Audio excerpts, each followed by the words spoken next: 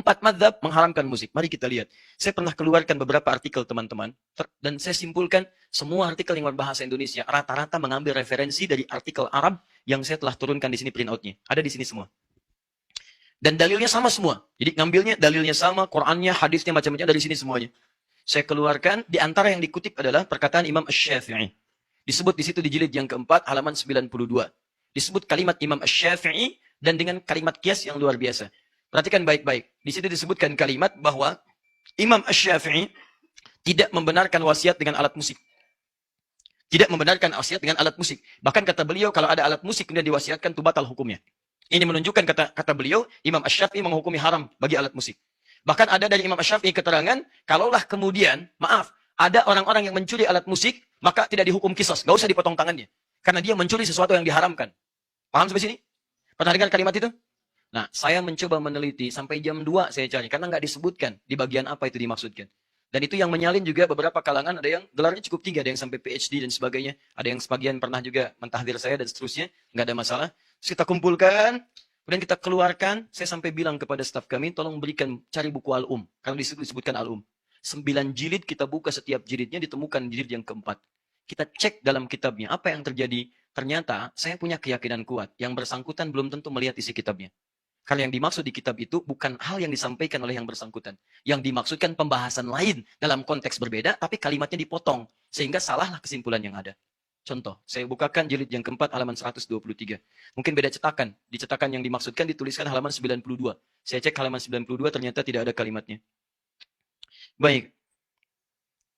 Lihat baik-baik ya. Bab ma yajuzu minal wasiyah fi halin wa la yajuzu fi halin ukhra.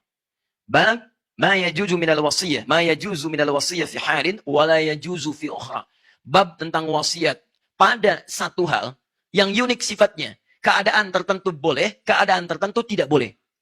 Jadi ada benda yang diwasiatkan untuk ahli waris, benda ini unik sifatnya.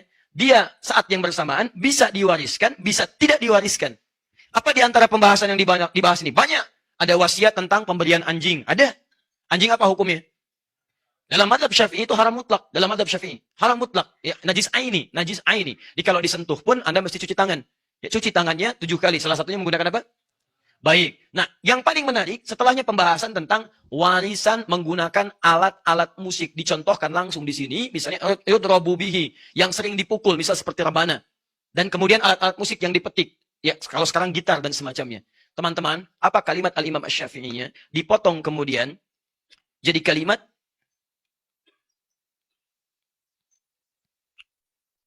wa illam yasluh illa lidarbi lam tajuz 'indi. Dipotong sampai situ. Dan kalau wasiat tentang alat musik itu hanya dimaksudkan untuk alat pukul, alat musik saja, maka wasiat itu tidak boleh menurut saya, batal.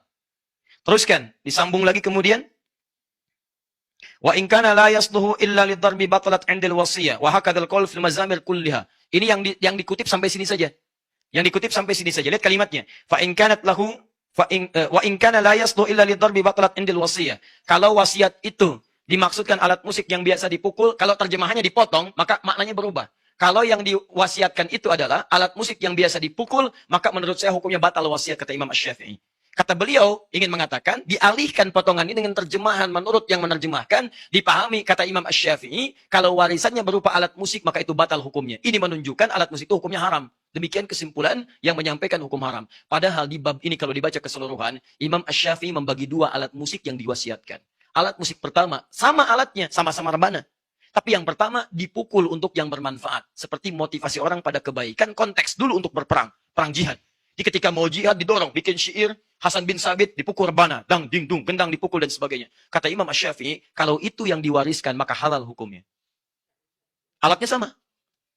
Boleh. Tapi kalau yang diwasiatkan ke ahli waris, diwasiatkan kemudian, atau menjadi warisan, hanya alat musik yang digunakan untuk yang lahun saja yang ini. Untuk nyanyi-nyanyian yang tidak bermanfaat, untuk mabuk-mabukan, untuk diarahkan pada yang maksiat, itu yang dimaksudkan kata beliau, batalat 'indil wasiyah, batal wasiatnya.